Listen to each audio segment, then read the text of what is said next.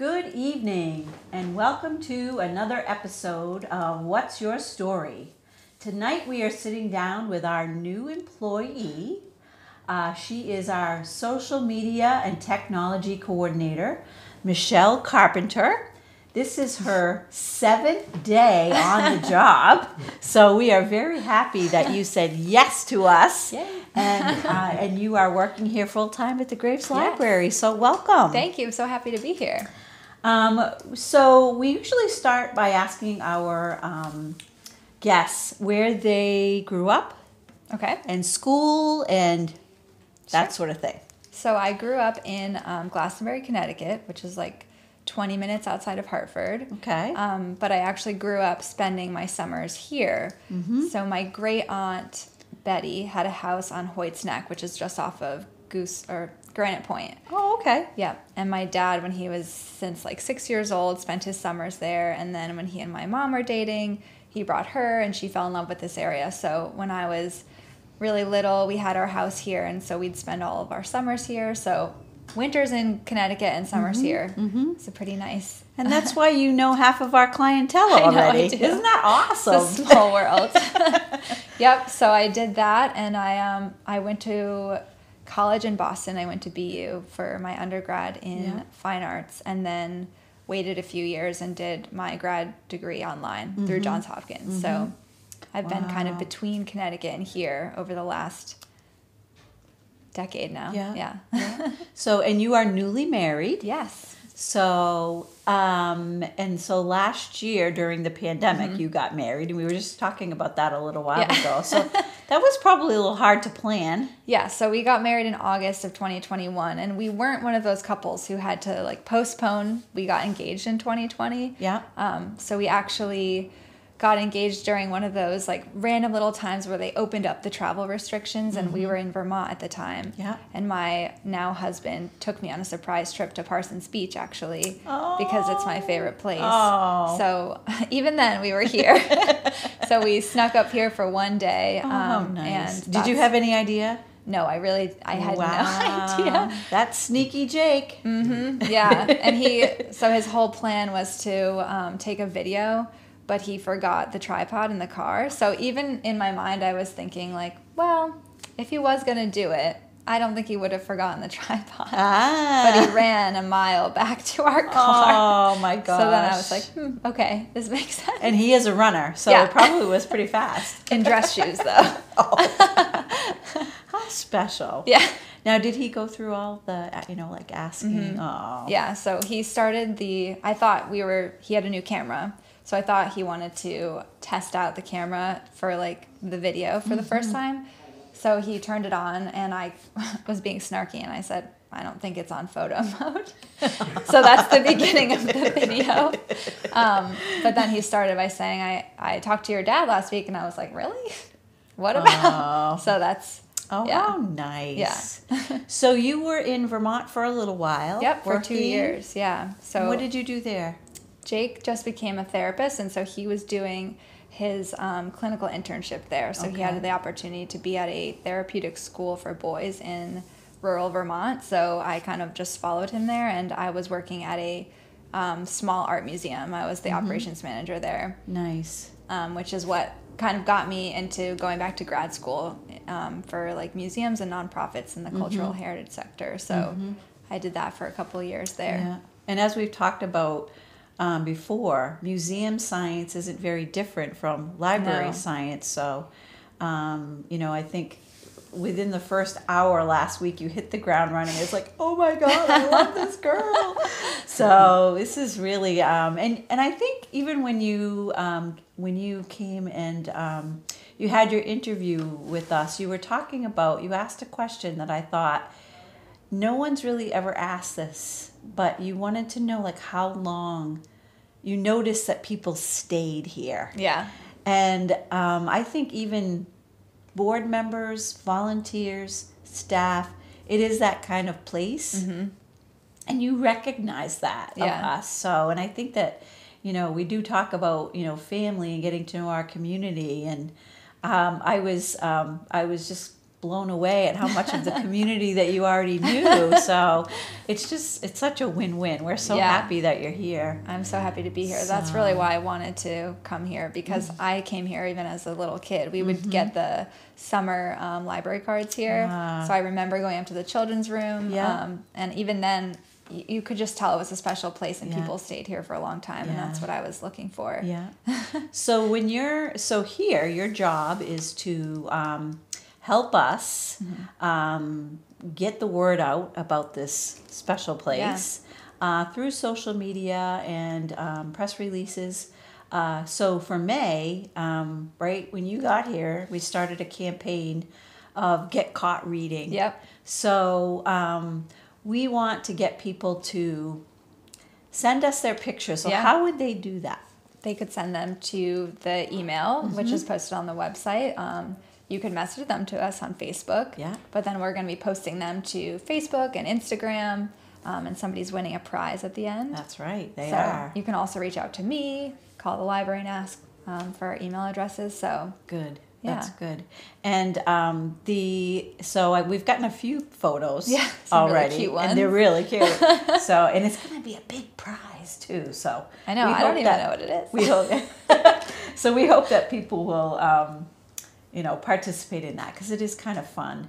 And Lysanne James, who's on our staff, she's like, "But why would you want to get caught reading? You're supposed to be reading, And I said, "No, it's just where." It's a word play. So it's exactly right. That's exactly right. So, so for art, so you majored in that, but are you an artist? Yeah. So I'm a painter, professionally trained, but I'm not a professional artist. I don't do it as my job. But I went to BU for fine arts, so I was a painting major there. And I also took ceramics and printmaking and all of those foundational classes that go into that fine arts degree. But I'm a painter, mostly abstract painting. So watercolor, oil? We were trained with oil in college, but I use acrylic now just because less fumes, it dries quicker, it's easier when you're just painting. I don't have a private studio. I paint in our guest room, so. Well, that's a studio. Yeah, exactly. Might have a bed in it, but that's okay. It doesn't matter if you get tired painting. So, have you ever sold anything? So right after I graduated from college, I submitted a few pieces because the Hotel Commonwealth in Boston was revamping their decor, and so they reached out to some of the art schools. So they actually bought 2 of my paintings. One of them was like a 9-foot painting, so that was pretty awesome. That's a big to get off my hands too, because when you graduate art school, you have to bring everything home. So not just your belongings, but all of your artwork. So they bought that one, and then also a smaller piece. And a friend of mine actually was there with her husband, and they were in the lobby, and she sent me a picture, and she was like, "This must be your painting." And it was mine. So I'm not sure if it's still there, but that was back in 2015. So what was the 9-foot, did you say? Yeah, it was a 9-foot plywood. In college, I used to make these big paintings that I would go to Home Depot and buy a sheet of plywood. Wow. So I'd either cut them down, or this one I did on the full.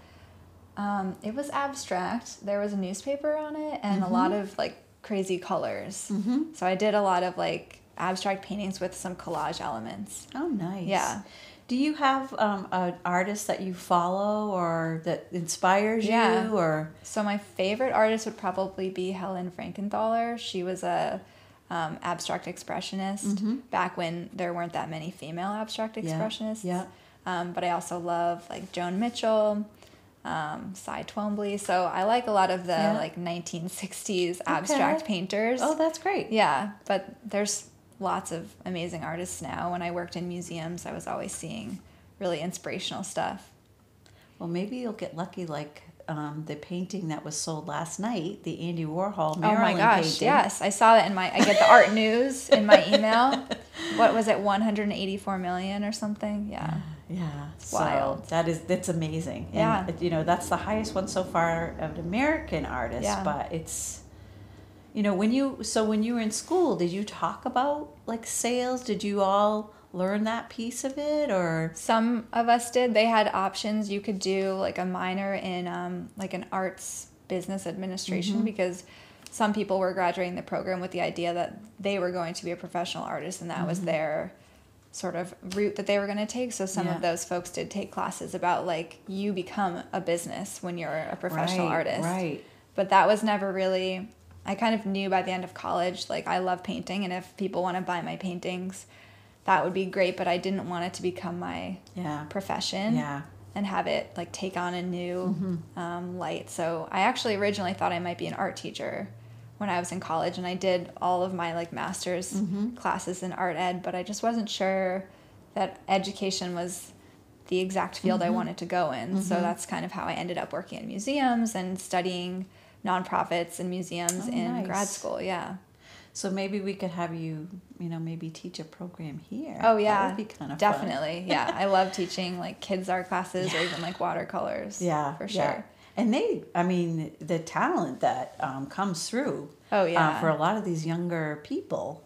So it's sort of like they pick up language quickly. They pick up. Like I wish I was young again. I know. I love art. I have everything in my guest room that I could possibly think of, but I have no time. Right.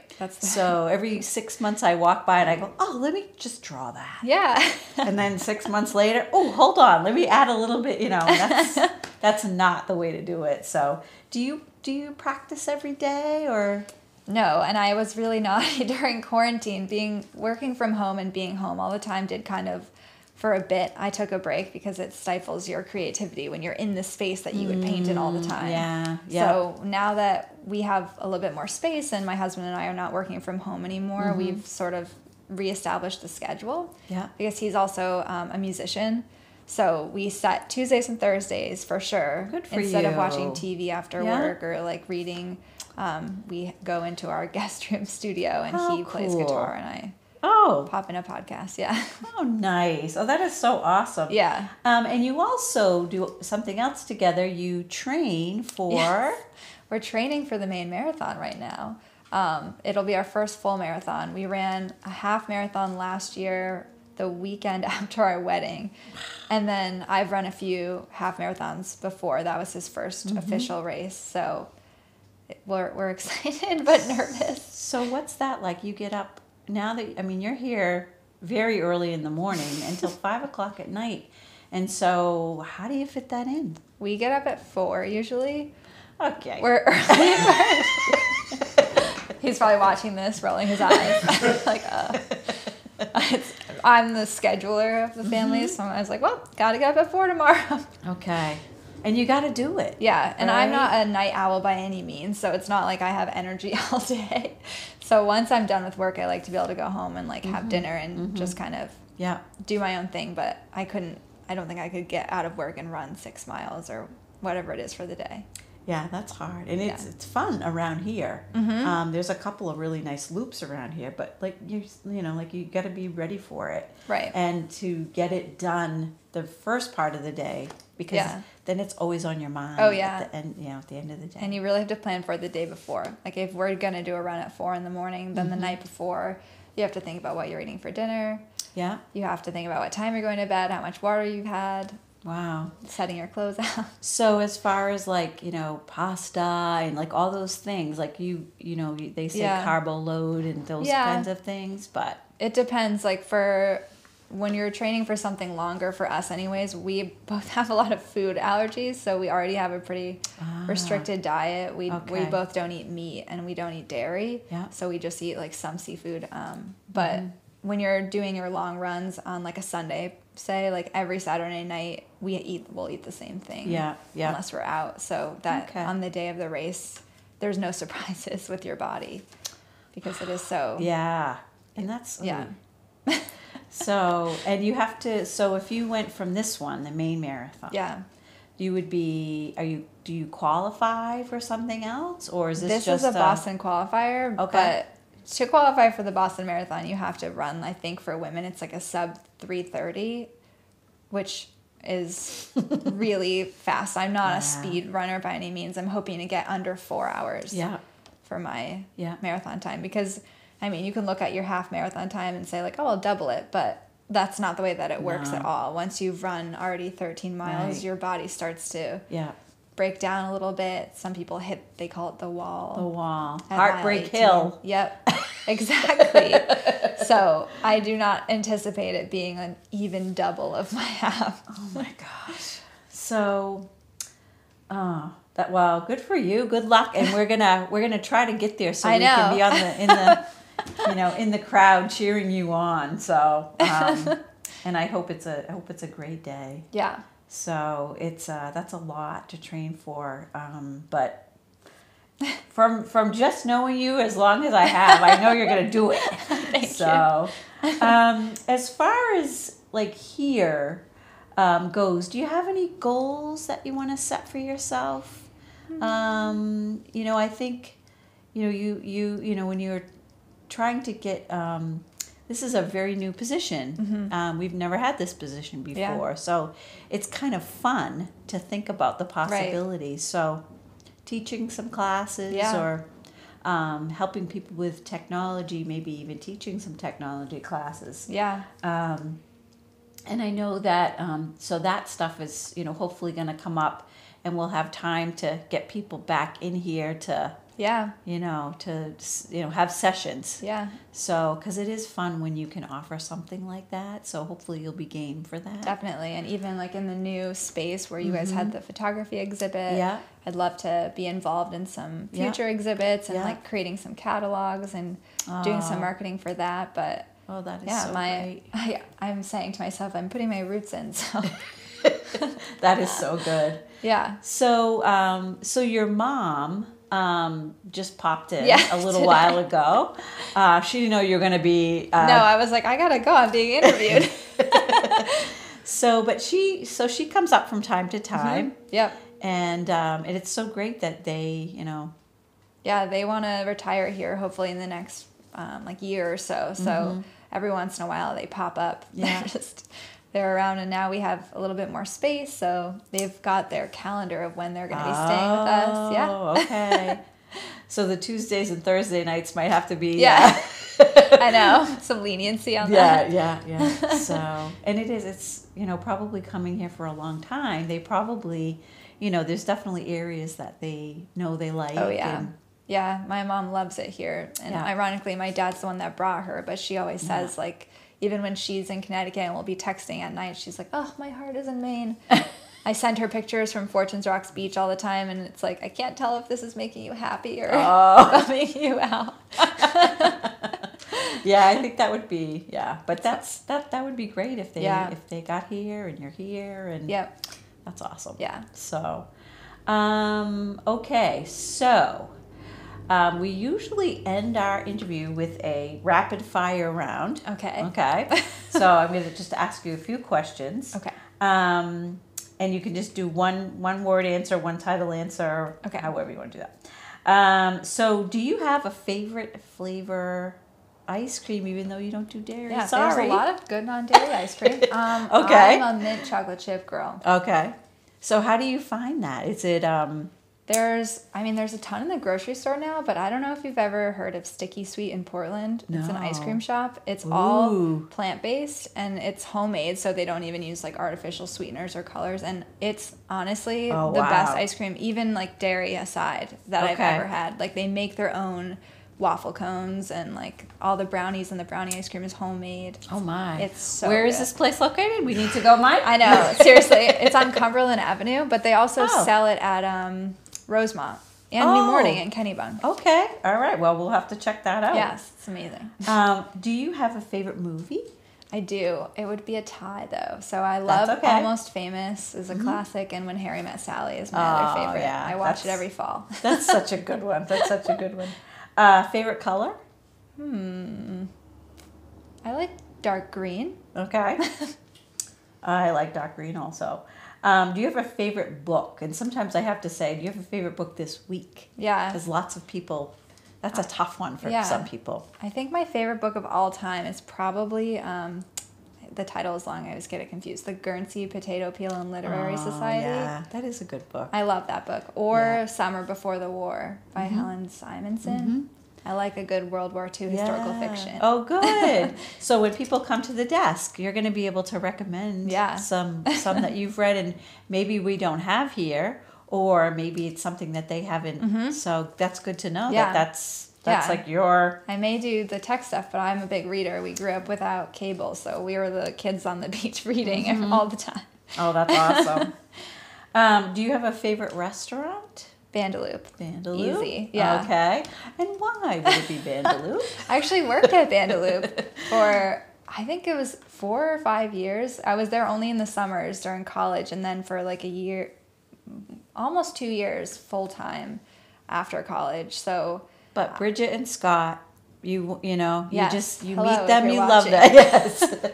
Yes. You just love them. Yeah, They're and Scott such knew nice I loved people. to bake, so he used to let me come in at 11 and I made the bread, and he taught me a lot of the baking recipes there. So we love them. We love going there. They made our wedding cake. Oh, yeah. That is so nice. Says something about a restaurant if you work there for years and the food is still your favorite. Yeah, too. yeah. Do you have a favorite item on their menu? Yeah, they always have really great haddock or halibut or the tofu, but onigiri are these like fried Japanese rice cakes that have yams in them, and they are amazing. We get them every time we're there.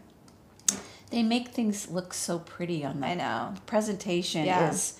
when I see stuff on Instagram and they've plated it, somebody might take a picture of it. It is like beautiful. The color, just the way that they present something, and you just know that there's a lot of love there for what they're doing. And they're not here anymore, but now they have that big patio, so that's really nice in the summer. Right. So in Arundel, So do you run into them? Yeah, we were just there, I think last Saturday, and they both came and sat with us. Oh, so, that's great. And you must have been able to see Sky and Max grow up. Oh yeah. They used to come in, and then they started bussing tables, and then last time we were there, Max was working in the kitchen. Oh, that's so nice. Yeah. That is so nice. So I didn't ask about when you were in school traveling, but one of our questions is the coolest place you've ever been. Oh yeah. And you actually got to travel and school abroad for a bit. So I studied for a semester in Venice, which was amazing because I had this little like 5-floor walk up in Venice, which had a terrace on top, and there's no cars driving in Venice. So I would just go up there and like zen out because it's quiet. You just hear like a pigeon or some tourists. So Venice really is a special place to me. But when I was there, I also got to go to Paris and Nice in the south of France, which was really cool. Yeah. And I went to Crete in Greece twice because the flight was so short. I figured I'll take advantage. So while you're there, you might as well. Yeah. I was just talking to somebody the other day who's there. My friend Paula. She's on her way to Morocco. Oh wow. So she's taking a trip with a friend, and to come back to Boston. It would be cheaper for her to go to Spain, to fly to Spain and then back to Boston. Wow. So she said, I might as well go to Spain while I'm there. Wow, tough like life. I wouldn't have been able to figure that out. But I know.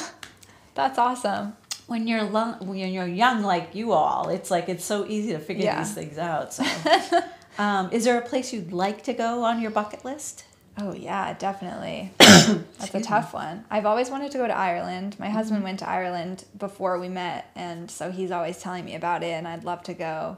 I really would love to go back to Paris because I was there when I was in college. So I remember I was there over Easter weekend. And even though you look like you're only 18, by the way. Thank you. I bought a baguette, and that was like my food for the whole day. I was definitely on a college budget, so I would love to go back and like really do Paris. And I've been to Hawaii once, but I only went to Oahu, so I would love to go to the other islands in Hawaii as well. Well, let's hope you get there. Yeah. So you can plan it out on your calendar while you're working here at Graves Library. Yes.